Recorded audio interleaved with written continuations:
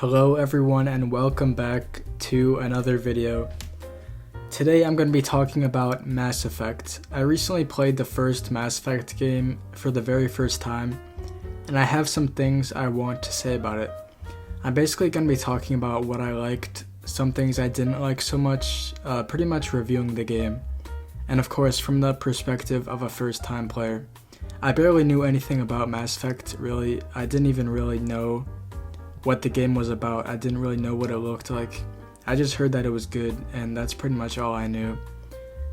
And after playing, I can confirm this game is pretty good. But there are some things that aren't great, and so like I said, I'm going to be talking about that in this video. I think that's about everything I have to say before we actually get into it, so yeah, let's begin. Now the first thing that I want to discuss is the characters. The characters are a really big part of this game. A lot of the time was spent talking to them and interacting with them and whatnot. And the characters, I have to say, they're pretty well done. The characters are for the most part pretty interesting. They have interesting personalities, and it's interesting to see how they talk about things, how they all have their different opinions.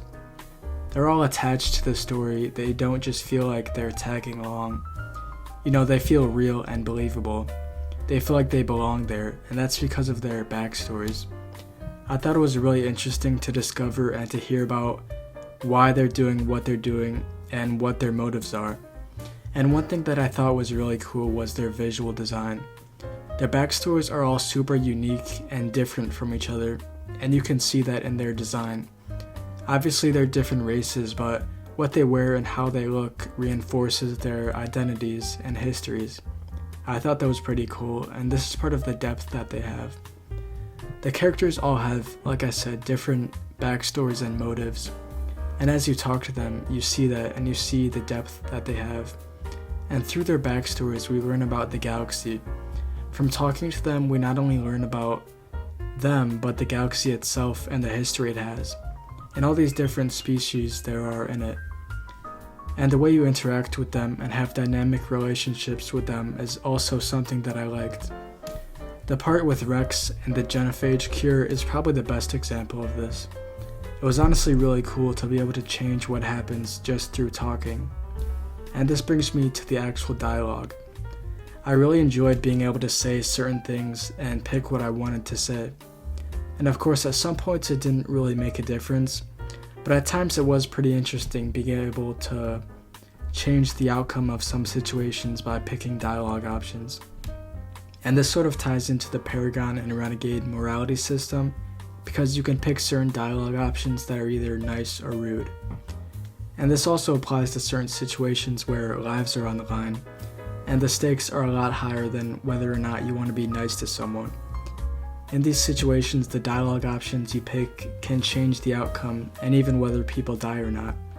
I really enjoyed being able to choose how some encounters will go. I thought that was pretty cool, and honestly one of my favorite things about the game. The gameplay, however, is something that I wasn't a big fan of, specifically the combat. I don't think the combat has aged very well. It's honestly pretty bad. For one thing that I didn't like was that the guns are so inaccurate, even though I'm like the best soldier humanity has to offer. I get that it is the way it is, so that you're not constantly shooting and you have to stop every once in a while, and also so you can't just hold down the trigger. But then there's the overheat system, which would prevent that. And I also don't really know what the big deal is about being able to shoot without losing accuracy. Maybe I just don't get it. Maybe that would be bad for the game, but I don't know. Also, the only way you can sprint is by using the sprint ability, obviously, but you can only use that in combat. So whenever you're out of combat, the fastest you can go is a light jog. And there are even points in the main missions where you're not technically in combat, so you can't sprint. So even though you're on a mission to save the galaxy, the fastest you can go is a jog. So that was a little silly. And even in combat, the sprinting mechanic isn't great. It feels like you're sliding around. The cover system is another thing that wasn't super good. The way you suddenly attach yourself to the wall is a little awkward. But I mean, this isn't a huge complaint. Like, none of these are big things that ruin the game, but they're just like minor flaws that keep the gameplay from being great. Another small thing is the dialogue. The dialogue that the enemies say is very repetitive, and it can get a little bit annoying. And Shepard does it too. Whenever his shields go down, he always says the same line. The line is actually pretty helpful because, as far as I could tell, I don't think there's a visual or audio cue that tells you your shields are down, besides the bar on the bottom left. And I'm not always looking at the bottom left of the screen, or at least you shouldn't be. But you have to if you want to watch your shields. The enemy AI is not the smartest, but the abilities you can use were pretty cool. I liked being able to not only level up the characters towards certain abilities and weapons, but also using those abilities in combat and choosing which weapons they use. It felt pretty cool. It felt like strategic. But that's just for the actual combat. Sometimes you're exploring worlds, and the exploration is really bad on the side worlds. The planets for the side quests are so boring and lifeless. It's nothing but terrain to travel across, no trees or anything. I mean, I get that some planets, actually like most planets, probably wouldn't have anything living on them, but god, did it get repetitive seeing nothing but hills and mountains of terrain. That's another thing that I didn't like, how mountainous the planets are.